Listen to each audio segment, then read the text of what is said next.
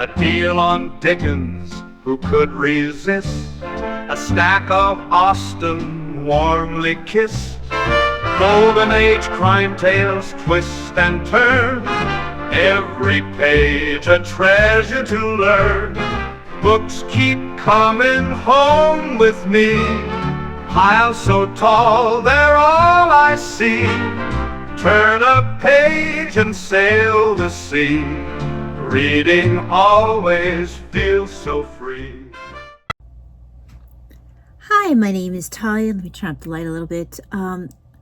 Welcome to Talia Nerds Out. I'm a bit tired, so we'll see if I'll be able to get too much of a video done. So I'm just trying to turn up the light a little bit. There we go.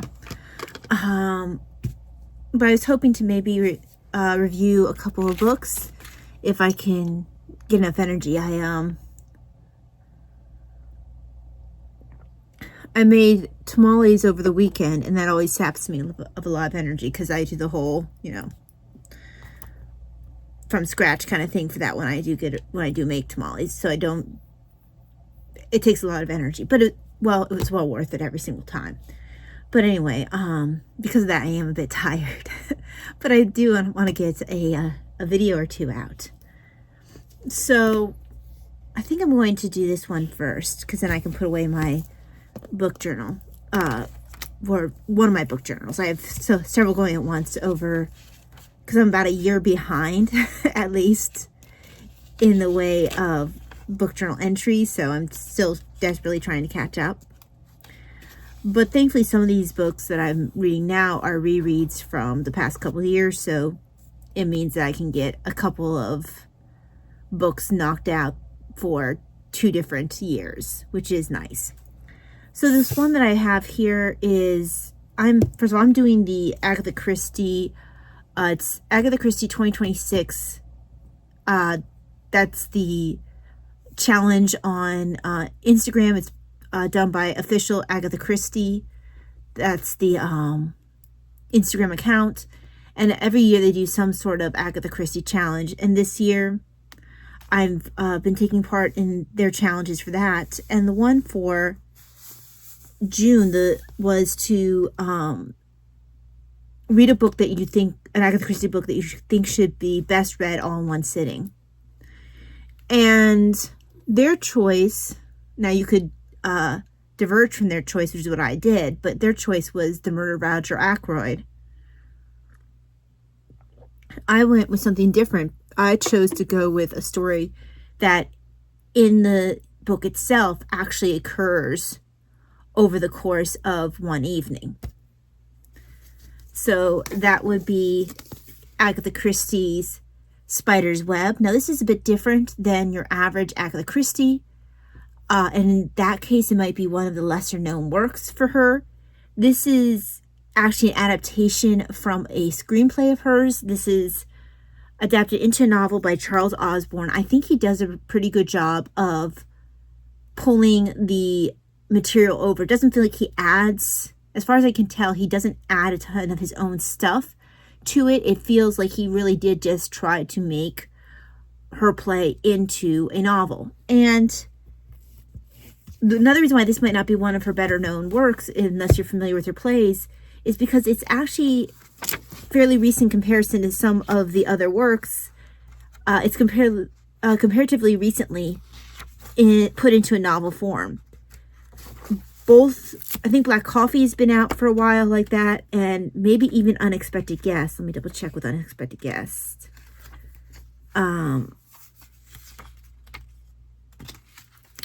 Sittaford, Sparkle Cyanide. Okay, so Unexpected Guests. Oh, here we go. Yeah, here's Black Coffee. At the point that this book came out here, this is the Checkerby Checklist book. I'm always referring to it. This book was put out in the mid to late 90s. The copyright for this one is 1999. So this was not available in a novel form before the 1999 edition of this Checkerby checklist, because Spider's Web is not in here as one of Agatha Christie's reading checklist books. Just like Unexpected Guests, I do not believe is in here as well, or either.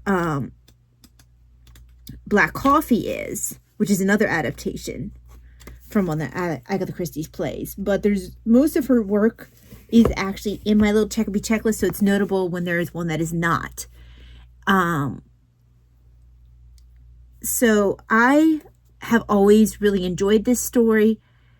Because it was originally a play, it's a very visual story, I feel. I can struggle sometimes to, let's see if this will stay up by itself. Yay. Okay. I struggle sometimes to visualize what's going on the page. I'm just not the most talented at visualizing like scenery in my head. Now Christie consistently does avoid just overwhelming the reader with too much detail, but even more than even her normal visual style, which works better for my brain, in this version here, because it was originally a screenplay, it evokes a lot more mental imagery in my head than I get from the average novel. I can sort of feel like I am seeing the screenplay, or not screenplay, the stage play in my head while I'm reading, which is kind of cool. I could see how, changes the scenes were done and how they would have split things up just by the way that the story is paced and set up. And so Spider's Web, to give you basic ideas, just you have at your center a young woman who is known essentially for her practical jokes and the fact that she's always believable when she's spinning yarns, but no one seems to believe her when she tells the truth. And so this comes into play in a very unfortunate way during the course of this story. And she discovers that, oh, what a tangle web we weave when we first practice to deceive. And that's exactly what she discovers during the course of this book, because she just finds herself that her propensity for creating stories and not being convincing when she's telling the truth just keeps continually really making a bad situation worse.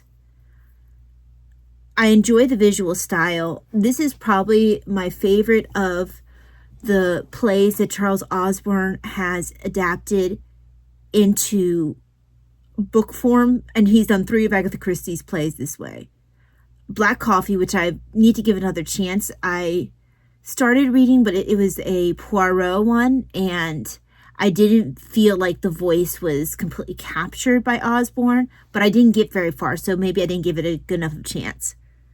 But then you have The Unexpected Guest and Spider's Web. Unfortunately, it does not appear that he had ever put Akhenaten, another one of her plays, into novel format, which is unfortunate. As far as I know, that's only available as a play. And even then, it's not a terribly commonly read one. I did manage to find a used copy of it, which it's only going to be good quality because it get very good or better. It costs like an arm and a leg, and I wasn't willing to pay an arm and a leg. So I'm hoping to maybe read that for next month's, or just at some point during a random point in time. But Spider's Web has long been a favorite. You have very well-drawn characters. I think that one of the characters that is a bit, I feel like a bit of a refreshing, different kind of character. You don't see, Agatha Christie will have child characters in her books, but they don't tend to be, that's not even completely fair to say they don't tend to be very central. They can be central, but I feel like Pippa here is, I believe her name's Pippa. Yeah, it is Pippa. She is very much of an important part of this story. I would argue you could say even central, but she and Clarissa, who is your spider, your allegorical spider, these two, this woman and young girl really do much of are very much at the center of the plot. But you have other characters around who do hold their own, against these two characters. I do enjoy the guardian kind of godfather type character, who is very close to Clarissa, kind of fatherly type figure. The friendships she has with each of these men, and how those friendships and her winsomeness ends up creating even more interesting situation as time goes on, is just really kind of fun to see play out on the page. Now, the character of the gardener, I feel like Agatha Christie has a certain type that character falls into, and it kind of feels like she has a certain kind of like blunt, overly not effusive, overly what's the word? Not effusive, but kind of like just blunt, overly like hearty kind of characters. She has male characters who are like this, but she has this specific type of female character who's this way, who's almost masculine in feel, but definitely not meant to be male. Tends to be a type that she has a fair amount in there. And she does have a character like that in The Gardener. I've noticed a lot of times this particular type of character tends to be like, I guess now the term would be like a girl's girl, I guess is how you'd say it now, but like she just tends to be us women stick together, and that's at least how this character is.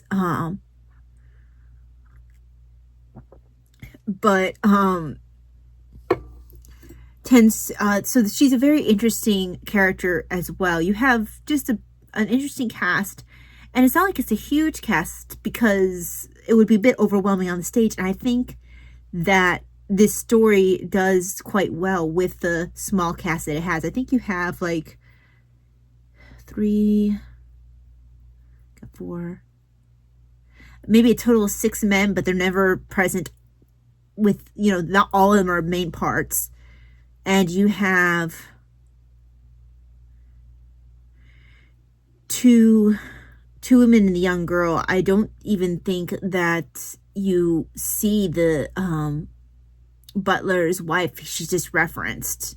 Oh, and you do have the 2 police officers, but again, you're really focused on Clarissa, her 3 gentleman friends, and that's not meant to be anything like sleazy implied, but there's friends of hers that happen to be gentlemen, and then the young girl. So it's like the main cast. Oh, I guess you could say the gardener as well. So there's like a small cast of 4 to 6 characters who are really at the center of everything.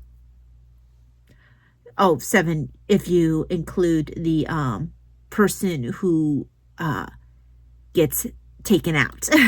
So yeah, I enjoy this book. I think that it's another way to enjoy Christie's work in a way that might not have been available if you had picked up your whole Agatha Christie collection, either based off of just a list of her novels versus like her plays, or if you had picked up all of her books, including Black Coffee, at a point when this wasn't released yet. So if you haven't read this yet, I do recommend checking it out. I know that this might be something that quite a few people have missed. I ended up finding my first copy a long time ago. I think by accident I would go and scour used bookstores and stuff. And that's how I got a lot of my original Agatha Christie collection, which unfortunately I don't have anymore because of stupid decisions on my part. But I did complete the journal entry for it. As per usual, the book journal is primarily created using covers of parts of covers of different editions of the book within the journal page. So as usual, this is fun. Now, I did end up also taking advantage of the fact that there were a lot of like advertisements for the play, you know, encouraging people to go and see the play. So I used some of the images from those as well. But yeah, I enjoyed putting this together. This is the, let's see, I read this in, it looks like last time when I started this to stamp the card, I was in 2024. I read this long before 2024. I've read this, you know, multiple times over the years. Not this exact copy, but some edition of this book. But when I started this library card, I'd only started in 2024. And then I lent it to my mom at one point. Now she has the large print version that I picked up because that's what I happen to have available to me. And I have a normal print version because large print feels like it's like blinding you from the size of the words, which works for her, but not so awesome for me. I actually read better even if I look over my glasses because that's just, for close work, I just do better looking over my glasses. But yeah, I think that's it about this particular story. And while I would recommend checking out Unexpected Guest or even Black Coffee, which like I said, I can't fully give, 100% recommendation behind Black Coffee because I have not actually finished Black Coffee. But of these 3 Charles Osborne adaptations, I do recommend checking out Spider's Web in particular. Unexpected Guest is good, but this is probably my favorite of her plays that was adapted by Charles Osborne into novel. I think that while all of these quite a few of these characters are quite engaging and endearing, I think that Clarissa does a lot to keep the reader interested, even all by herself, because she is a very appealing and winsome type character. You're rooting for her, and you really feel like you can connect to her. But yeah, that's all I think I have to say about this. I'm unfortunately thinking that I might not be able to do the other reviews that I wanted to do. I'm actually still a bit tired. Kind of feel like I'm rambling because of that. So I might just pull a book out and continue knitting on my sock. Thankfully, while reading today, I got past my gusset decreases. So now I just get to knit straight for 8 inches until I start the toe. So, and then I'll have a pair of socks because I did this one a long time ago. And here's the semi-matching sock. So anyway, yeah, I'm pretty tired. Do check out Spider's Web if you have not done so in the past. I think that it's quite enjoyable. I'd be interested if anyone has read the actual screenplay. Or not screenplay, the actual, I keep wanting to call it screenplay. The actual stage play, because I've not actually read the stage play. I've only read Osborne's adaptation of the play into a book. And I'd be interested if anyone's actually read Christie's original stage play and how you liked that. And if you have read that and not read the book, I'd be interested if you were to read the book, how you would compare the two. So anyway, yep, that's it for me. I'm going to close. Maybe I'll do these other reviews at another point when I have more energy. But I hope you all have a wonderful day, and I will see you the next time. God bless. Bye-bye. Books keep coming home with me. Piles so tall, they're all I see. Turn a page and sail the sea. Reading always feels so free.